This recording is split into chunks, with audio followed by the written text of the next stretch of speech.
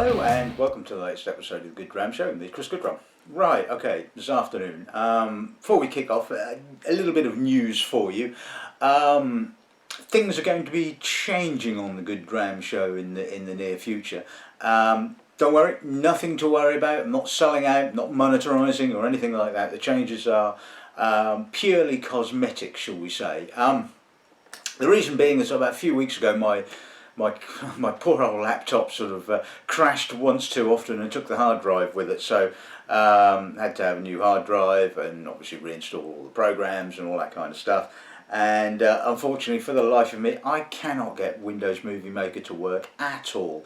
And frankly, that's a pain in the ass considering I edit the show using it, you know.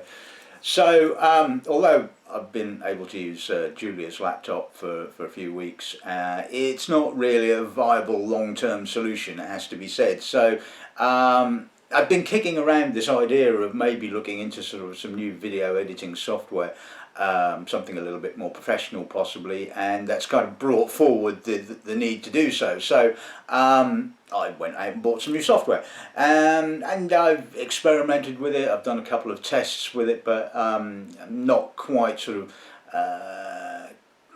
compos mentis, I guess, with the whole package as yet to actually edit an episode of the show. So hopefully in a week or two's time maybe I will do so. So you'll obviously see some changes then, but hopefully they'll look pretty good. I mean, so still at the end of the day the show will still be me talking to you, tasting some great whiskey, so you know, sometimes if it ain't broke, don't fix it. But anyway, so this afternoon show, some new releases.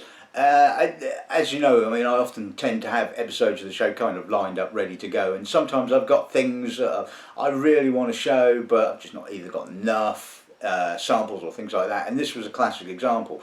A few months ago, Tomatin kindly sent me some samples of their new releases. They're sort of cask finishes, or sort of cask finishes, but I'll explain more in a second. So I just had three, and I was like, well, you know, three done really not enough, you know. And then I kindly got an invitation to their launch of the Warehouse 6 collection, ridiculously old whiskey, but unfortunately it's quite a way to go down to London for just to taste some whiskey and come back. It makes it a very, very long day. So I thought, they'll send me a sample. They sent me samples of everything else, and I asked, and unfortunately I didn't get a sample, so I kind of like thought, what am I going to do, you know.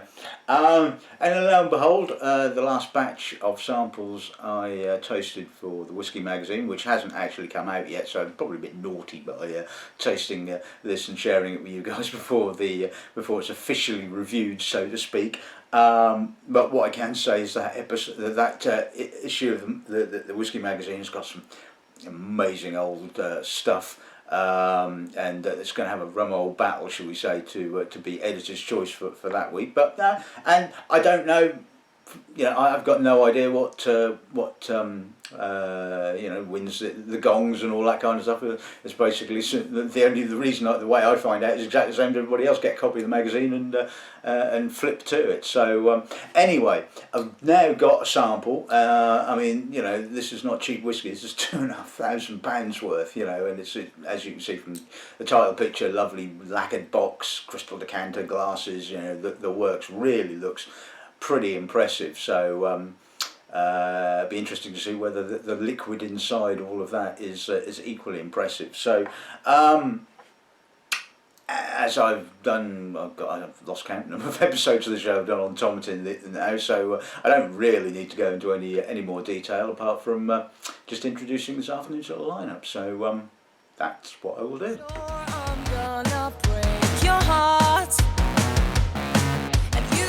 Right, okay, so Tomatin. They're not resting on their laurels whatsoever. You know, last year they were sort of brand innovator of the year in the Icons of Whiskey Awards, and they're not slowing down. And you know, this is the next batch that they've released, all in the fancy new packaging, which looks, I think, pretty impressive.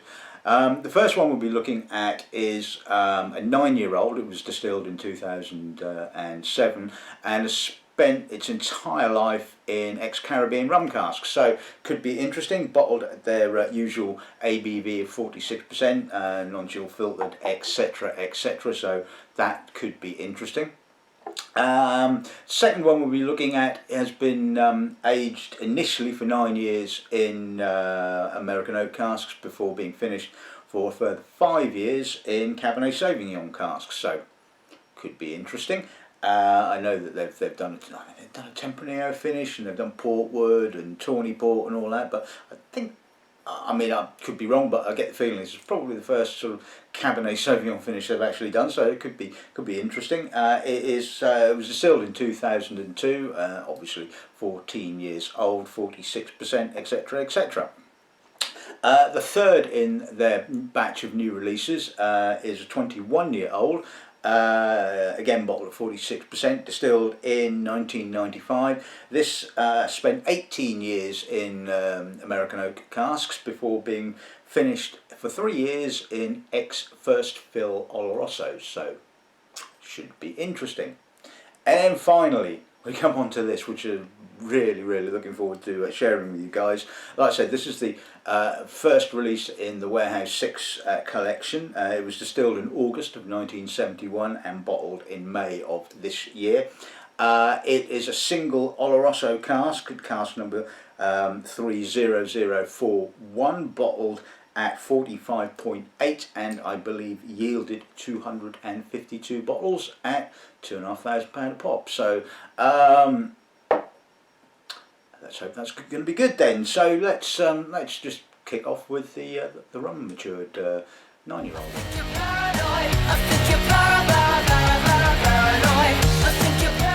Right, okay. So let's see what the nose gives us on this then, shall we? For something that's been completely aged in rum casks, the balance is absolutely fantastic. It's kind of giving it it's kind of almost emphasising the sweet barley. You're getting honey. You're also getting sort of tropical fruit, almost kind of tropical fruits. A bit of banana, apricot, touch of pineapple, some lovely dusty oak. Not dusty in the kind of mature sense, but sort of dusty in that kind of sort of a newish or newer kind of dustiness that you sometimes get. A little bit of spice.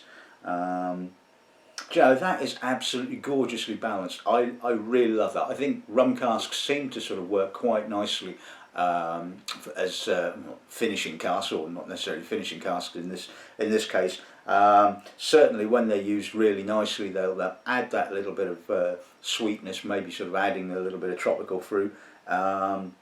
And this has certainly done that by the bucketful. But like I said, the balance is really nice. You're getting plenty of that sort of highlandy character, the crispness, the barley, with a little bit of a sort of sweet top note, which I think is just really appealing. And to be honest with you, you know, you might actually not pick it up as being aged in rum casks, because the rum is just so nicely integrated. It doesn't shout and scream, "I'm a rum cask matured whiskey," you know. So yeah, this is a gorgeous nose. I love this.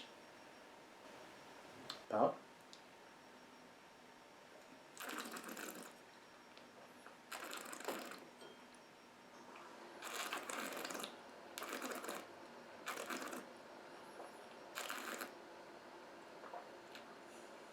Oh, that's a juicy finish.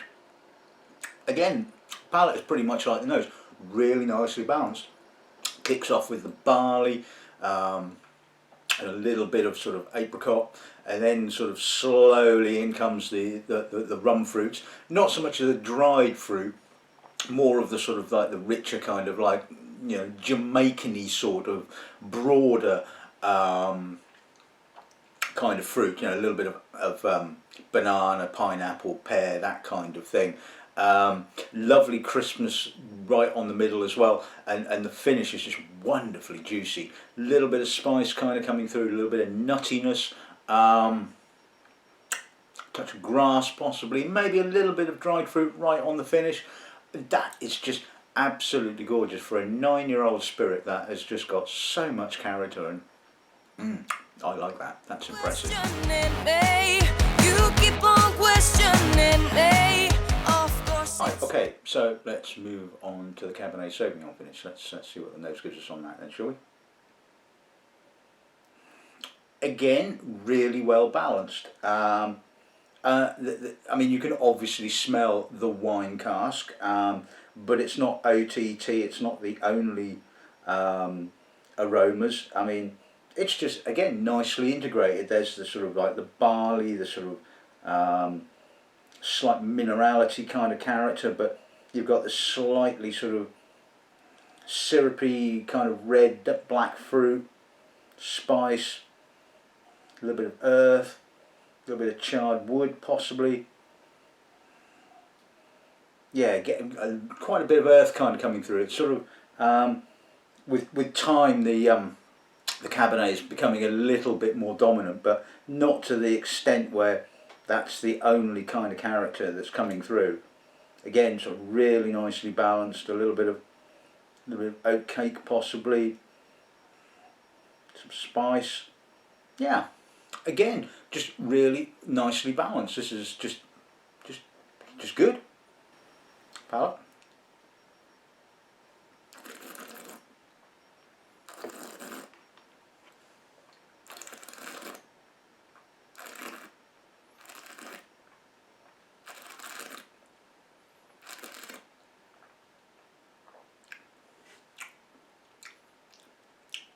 A little bit more of the wine cask on the palate. A little bit more of that sort of syrupy dark fruits, a little bit of fig, red blackcurrant, earth, a little bit of toffee, a bit of treacle. The kind of distillery character is sort of coming through. I mean, again, it's all quite nicely balanced, although the emphasis is slightly more on the Cabernet Sauvignon. Nice blueberry kind of note in the finish as well, a bit of spice, a bit of dark chocolate. A little bit drying on the finish, it has to be said, but you know, it's got the sort of the syrupiness of the fruit kind of like sort of just offset that slightly, and you know, I think that all kind of works together quite nicely. Again, that's really pleasant. It's not too heavy on the finish. Excuse me. But it kind of works quite nicely, although it does repeat on you a little bit. So, but yeah, joking aside, I think yes, and another really nice bottling. I think you're paranoid. I think you're paranoid. I think you're paranoid. Right, moving on to the 21-year-old. Let's see what the nose gives us on this then, shall we? Quite herbal, oily, dense. Kind of comes across as like a refill sherry matured whiskey, which is what I guess you would expect from the finishing. The fact that it was only finished for 3 years. There's some dried fruit, some plums, some walnut. Quite aromatic. A little bit of dark toffee. A bit of wood spice. Bit of oxidized fruit coming through now with the sort of sherry starting to sort of amplify a little bit.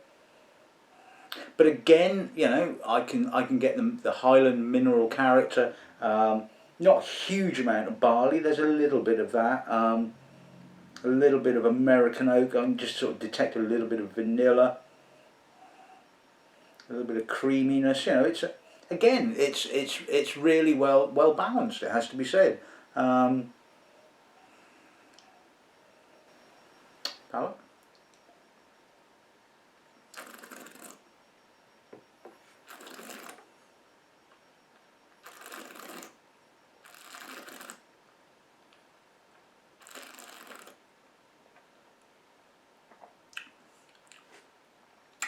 The palate is more again about the Oloroso, which is a bit of a surprise, it has to be said. More about the sort of like the Oloroso dried fruits, the spice. I mean, it is first fill Oloroso after all, so you kind of expect that sort of character to be quite, not dominating, but sort of like, again, a sort of like a focal point. But you know, for 3 years that has developed a lot of the Oloroso character. Some lovely sort of chocolatey spice, raisins, sultana, a bit of prune. I don't think it quite has the balance of the other two. I mean, it's a great whiskey, you know, can't take that away from it. It's got plenty of that sort of sherry character, and if that's the sort of thing that you like, then you're obviously going to love that. And again, Tomatin have you know, picked and used fabulously clean Oloroso, no sulphur notes, no dirtiness, nothing at all. Really pristine, pure Oloroso, and if that's kind of your bag, then you're going to love that. It doesn't kind of come across quite as 21. It doesn't have the maturity character that I would expect something of 21 to have, but it's got some lovely mellowness. It's not harsh. It's rounded. It's full. And so yeah, pleasant.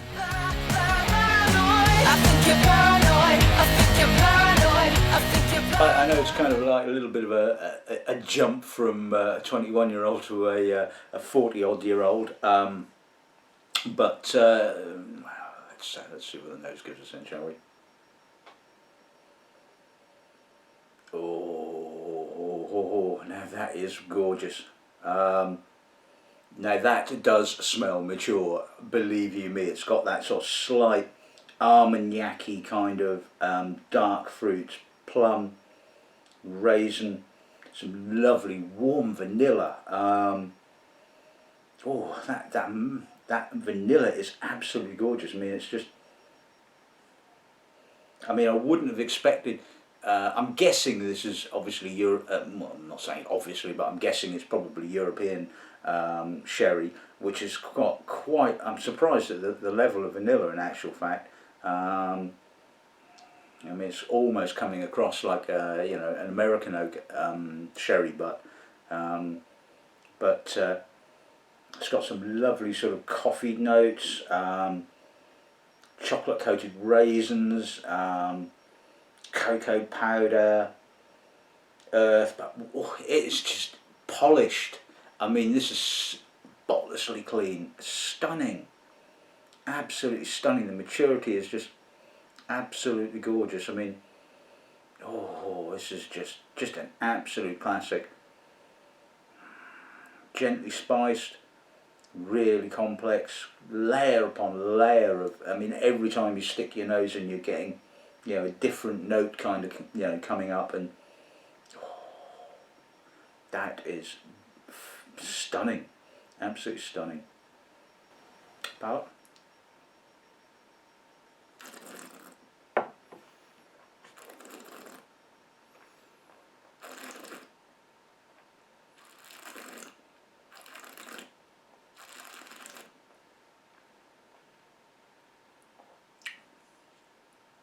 Whoa! Wow, where do you begin with that? Again, dark, pruny, armagnac-y fruits. Real vibrancy though, it's got lovely minerality still. Loads of cocoa powder and dark, bitter chocolate, but again, the bitterness is not too out of control. There's a little bit of vanilla and a little bit of barley sweetness, which is kind of like softening the edges. Really long, wonderfully spicy and intense, but it has a real chocolatey mouthful. I mean, I love chocolate, dark chocolate and whiskey. Ooh, yeah, now you're talking. That is just an absolutely stunning cask, it has to be said. And if they've got a few more of those kind of tucked away in Warehouse 6, which I'm assuming they probably have, then, you know, we will see some more magnificent whiskies. Hopefully they've even got some, well, might have some casks that are pushing 50. So and so 2,500. Yeah, it's an awful lot of money. It has to be said. I mean, you know, not all of us have got that kind of spare cash knocking around to buy a bottle of whiskey with. But oh, that is good.